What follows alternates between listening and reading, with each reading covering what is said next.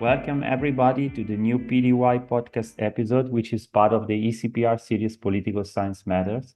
Here's Michelangelo Vercesi speaking. I work at the University of Naples, and I co-edit together with Raul Gomez and Tom Mustidio the European Journal of Political Research Political Data Yearbook. In this episode, we are going to address some of the currently most debated issues in European politics, in particular the institutional and policy consequences of the elections for the European Parliament, which took place in June.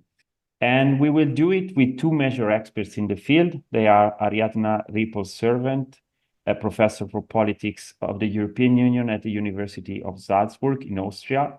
Hi, thanks for inviting me. And Edoardo Bressanelli, professor in political science at the School of Advanced Studies, Sant'Anna in Pisa, Italy. Thank you.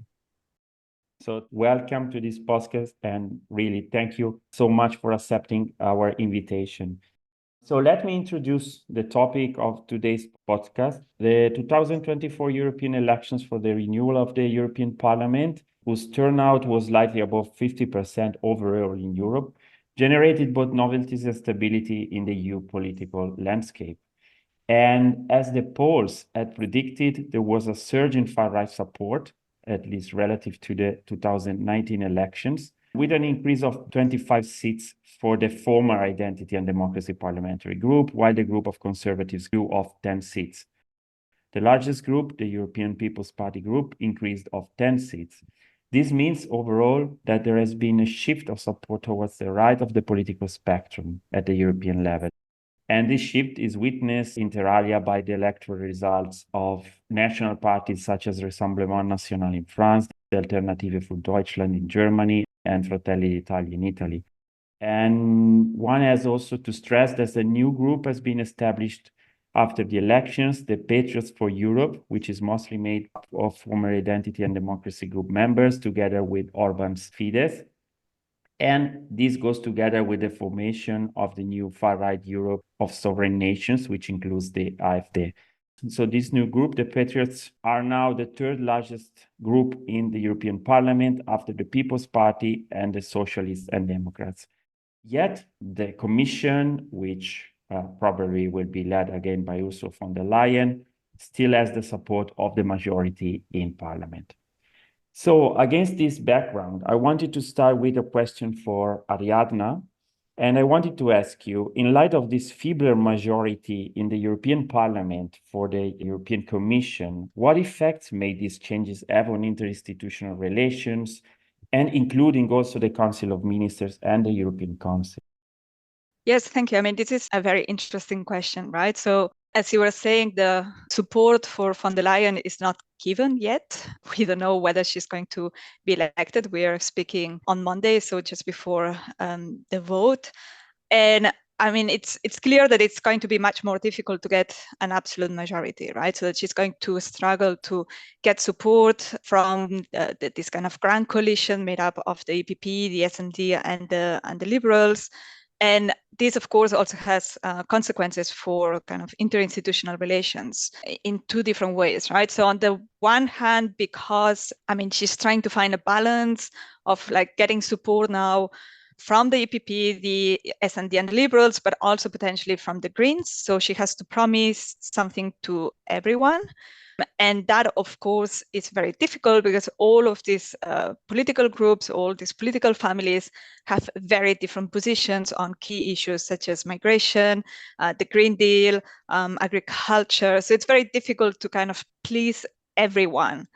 And at the same time, it's also difficult because, of course, there's also now some more alternatives. The majority in the European Parliament is more to the right. So there are alternatives also with the ECR, maybe not now for the vote on the election of von der Leyen, but maybe in the future for other votes, ECR. So the Conservatives are going to be important.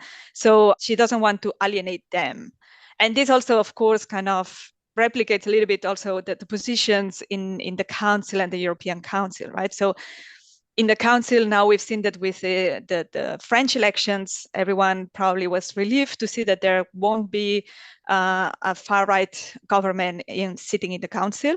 But still, right? I mean, the majorities there are also relatively weak. In France and Germany are now relatively weak in terms of governments in the Council and the European Council. And this makes, of course, all these interinstitutional relations complicated and very much depending on domestic politics, right? So if we look at what is happening now with the coalition in Germany and also with the opposition parties, if the center-right in Germany kind of moves more towards the right because they want to kind of fight the AfD back in Germany, this is going to have consequences also for the German coalition in the council, but also for the behavior of EPP, so or for this delegation in the EPP in the European Parliament. Also, we are seeing now kind of Hungary going rogue with the presidency, Meloni having a much more important voice in the European Council and the Council. So of course, all of this also affects the dynamics in the European Parliament, right? With the ECR feeling much more assertive than it was, with probably the Patriots also kind of feeling much more assertive now that they have Fidesz in there. So this is going to affect also what are the majorities that are possible also with the council, right? So the council also maybe turning a little bit more to right, the parliament as well. So this affects also all these issues on the agenda, migration, agriculture, and the Green Deal. But maybe also Eduardo can tell us a little bit more about these dynamics within the European Parliament. Well, thank you so much, Arianna. That was very clear. And indeed, building up on this, I wanted maybe Eduardo, you can exactly say something more about this. And more specifically, I wanted to ask you something about the internal functioning of the new European Parliament and what we can expect in terms of voting behavior from the Conservatives. So the group of Conservatives, which includes Brothers of Italy, the Italian delegation of the party of Giorgia Meloni, also in light with what happened in the previous legislative terms. So do you think that they will pursue a rather moderate profile, trying to find agreements with the People's Party, so integrating themselves in the core majority in the parliament, or do you rather see them more likely to approach the New Patriots group to form a sort of right-wing opposition? Well, thank you. Now, of course, this is now the question, what they're going to do. And of course, we will find it out very soon regarding von der Leyen and regarding the decision or not to support the candidate designate for the European Commission presidency. But let me make a point, first of all. I think it is wrong for this specific vote to talk about the ECR as a group, because I said already that they got complete freedom. So on the one hand, yes, of course, the ECR is going to be reconstituted in the new European Parliament now, in this starting week, with a different composition vis-à-vis the previous one. For instance, just to mention a couple of cases, Vox, the Spanish Radical Right Party, is no longer a party of the ECR. It has moved towards the Patriots.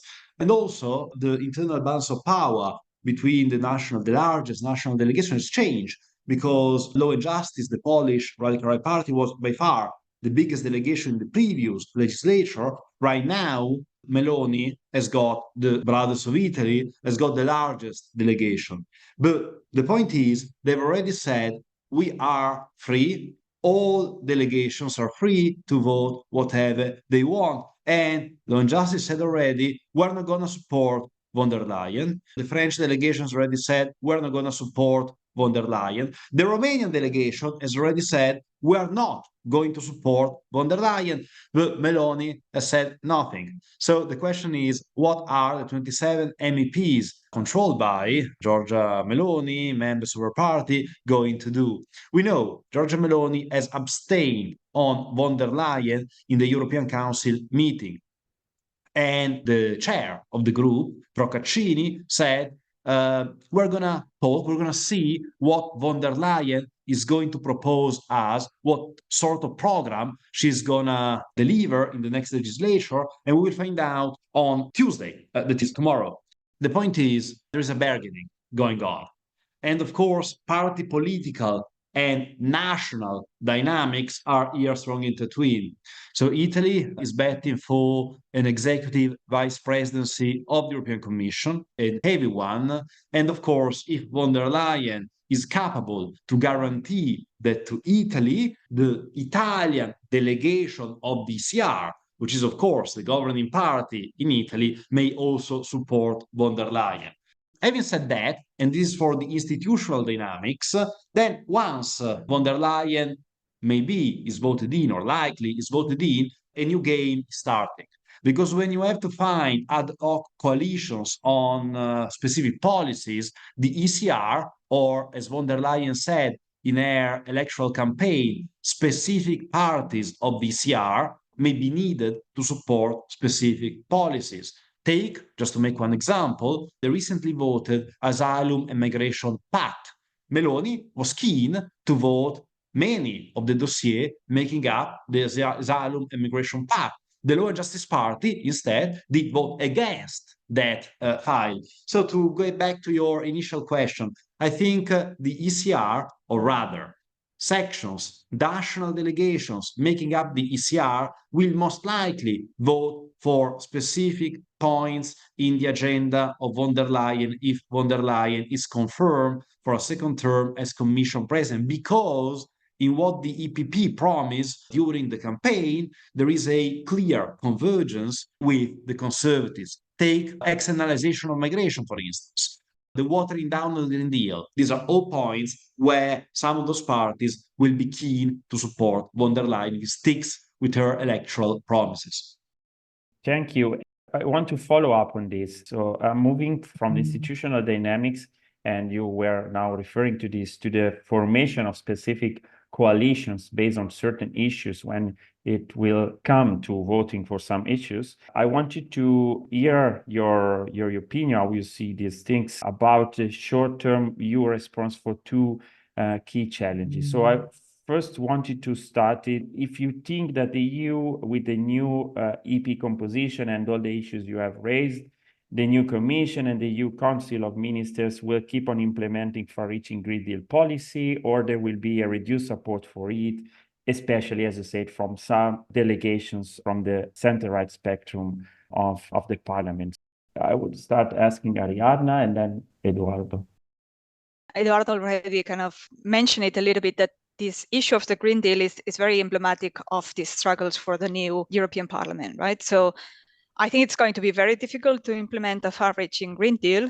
Well, first of all, because then we saw it already in the last months, as Eduardo was saying, that the EPP has not been very supporting of von der Leyen and a very assertive Green Deal. They've actually tried to reverse some of the key issues, especially when they touch on other issues such as agriculture, for instance, right? So when there are overlaps with other issues such as agriculture, then we side with pesticides, we side with the renaturation law, so that it's been very difficult. And so you already have kind of like this big coalition, the grand coalition with the EPP that is not actually very keen on the Green Deal. The Liberals that are also very split on it. Also the Renew now is not exactly the same Renew that was in the last legislature, is probably a little bit more economically liberal than socially liberal.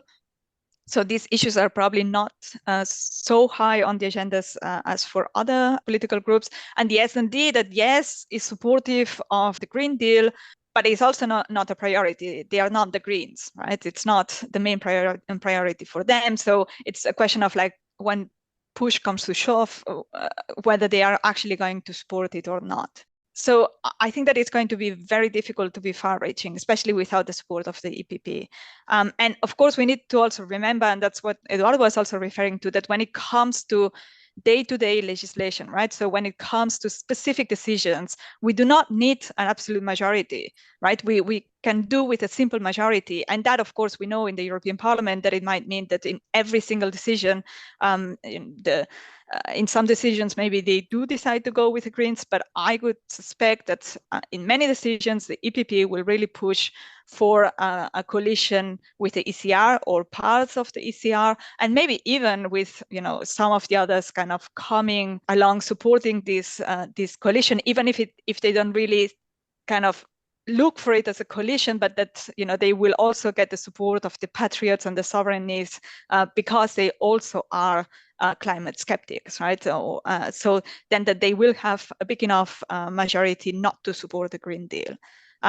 So this might kind of continue some of the dynamics that we already saw in the last legislature. And now already we have very different positions on the issue, for instance, of the combustion engine, which was already very politicized in the last legislature, whether to phase out combustion engines or not, with very different positions of the EPP, who wants to reopen this issue, others that do not want to touch it, others that might be willing to touch parts of it. So this already shows like how divided this grand coalition is, right, and on these issues, and how difficult it's going to be for von der Leyen if she really wants to keep this going. Thank you, Oriana. And what's your view, Eduardo, on this? Well, as Oriana was saying, there's really a tension in the EPP and indeed in the who used to be the Spitzenkandidatin, the EPP von der Leyen, because on the one hand, she needs to enlarge the coalition supporting her if she wants to take office, and then the attempt to reach out towards the Greens. On the other hand, what she promised in the election manifesto, whatever the value of the Spitzenkandidaten manifesto, was the Green Deal shouldn't be considered as an ideology, as the left-wing parties consider it, and therefore, not to alienate the sympathies of the voters, of the national voters, of the PP member parties, you can't really go too much towards the left on the Green Deal. So there is this tension. But if we want to get, a glimpse into the future, we may just look at what has happened in the past. And in a way, I'm also a bit developing what Arianna has already been saying. Take the votes on the Green Deal in the last legislature. What has happened? Well, normally, coalitions have changed quite radically depending on what was put to vote. Normally, the radical right parties were not part of the coalition, signaling that they are indeed against the Green Deal and all the different measures making up this big policy. On the other hand, in a couple of circumstances, those radical right parties, or some of those radical right parties, did vote with the majority. I'm talking in particular about the Social Climate Fund. I'm talking about the Just Transition Fund. Whenever, in other words, there's been money to compensate the losers of the transition, when, in a way, the European Union recognized there was a cost out there and some people were losing out because of the transition, well, then the more radical right parties, or some of the radical right parties, were part of the winning majority, were part of the coalition voting for those policies. What I'm saying is that there is not a single bloc voting for or voting against. There is no government and opposition which are clearly cut or set in stone. You have different majorities, and even on the Green Deal, even on the specific measures making up the Green Deal, we've witnessed different majorities, very large, as on the Just Transition Fund, or very small for or against those policies. So here again, what I think is that von der Leyen will need to do a very difficult job balancing out different demands, but on the whole, she's more likely to look towards the right on the Green Deal than towards the left. At least that would be my bet on what's coming up in the new parliament. Thank you very much. We will see this very clear. I wanted to ask you also, how do you expect the EU institutions to deal not only with a specific issue like the Green Deal, but with the democratic challenges that come from within, especially the so-called illiberal parties, or some parties in the right spectrum of the EP, and their attempts to show that the union and their approaches are dysfunctional also for electoral reasons at the national level?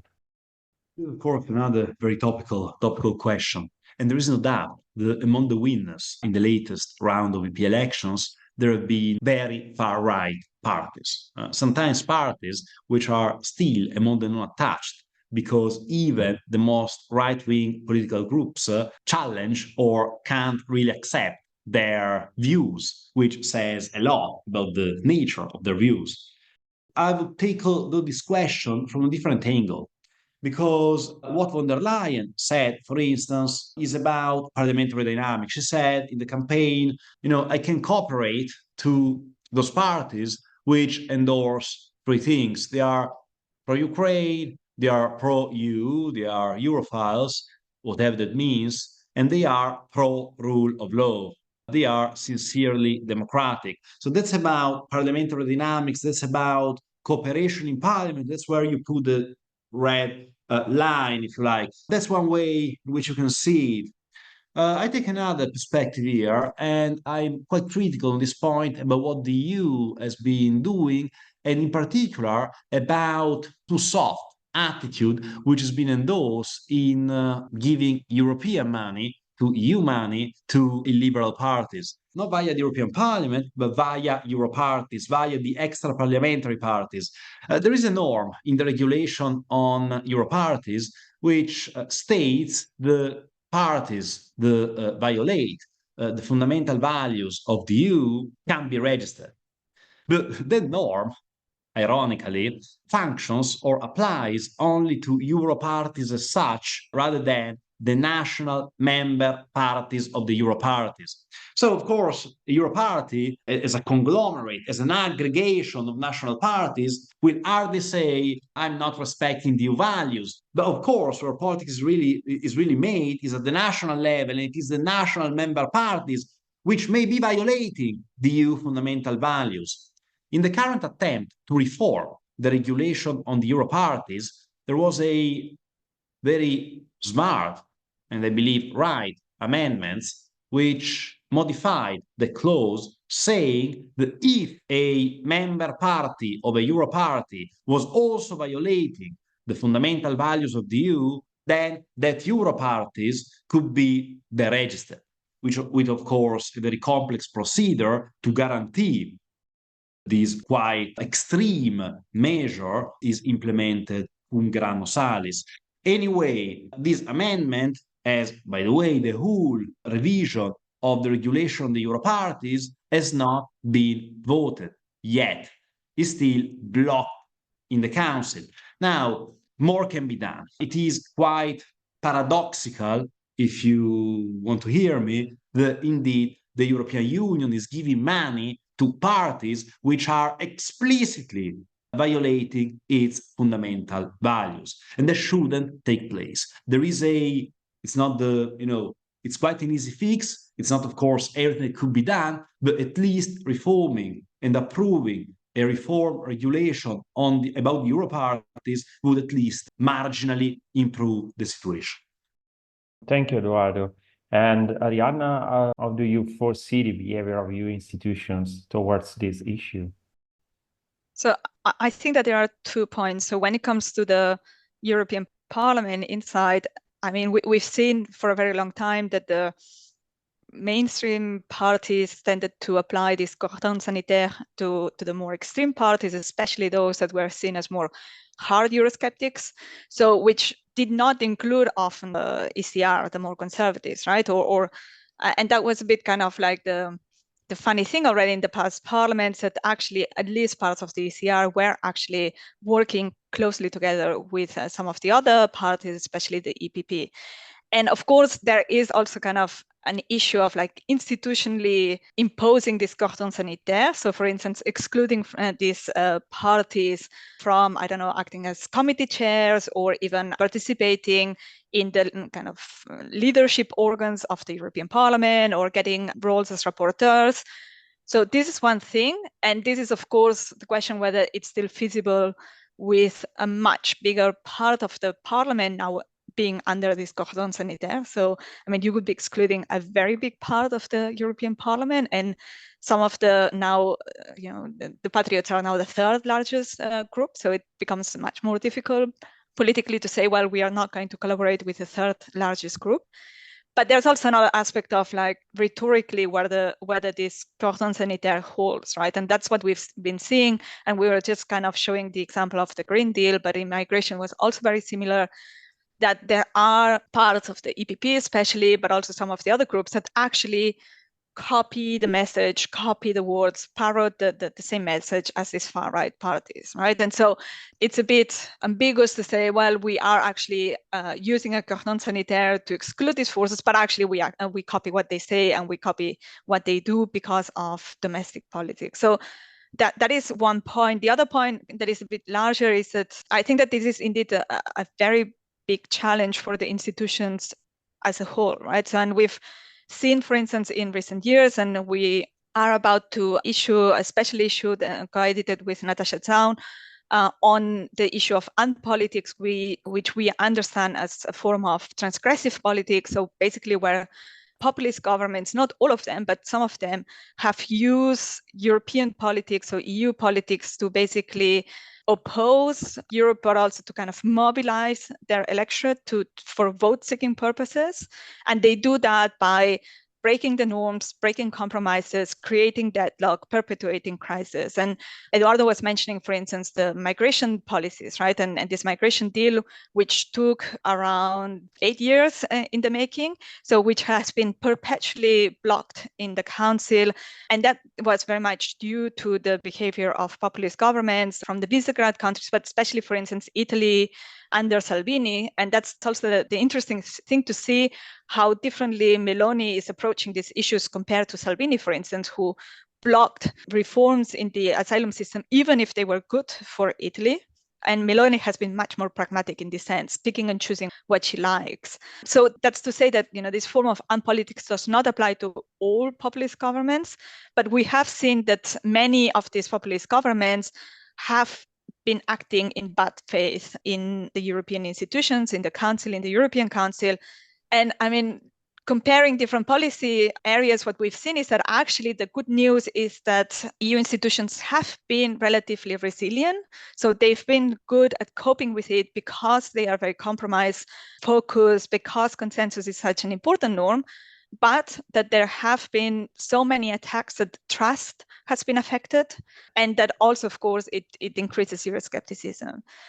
And of course, this has kind of a long-term impact, right? So if, for instance, as we saw with governments like PiS and Fidesz, if they're constantly imposing vetoes and blocking and creating deadlock in the Council and the European Council, the other governments might decide to do things differently, might decide to find ways of bypassing these vetoes. But that, again, kind of forces the EU institutions to accommodate, to change the ways they do things, and often in much less democratic ways, right? So in ways going outside of the treaties, finding other solutions. So there is still kind of a danger that if mainstream parties either copy what these populist governments do, or they don't deal with it in an upfront way, that this will still kind of affect the democratic nature of the EU institutions and kind of consolidate this idea that, well, rule of law, yes, of course it's important, but well, I mean, we cannot really do anything about it because these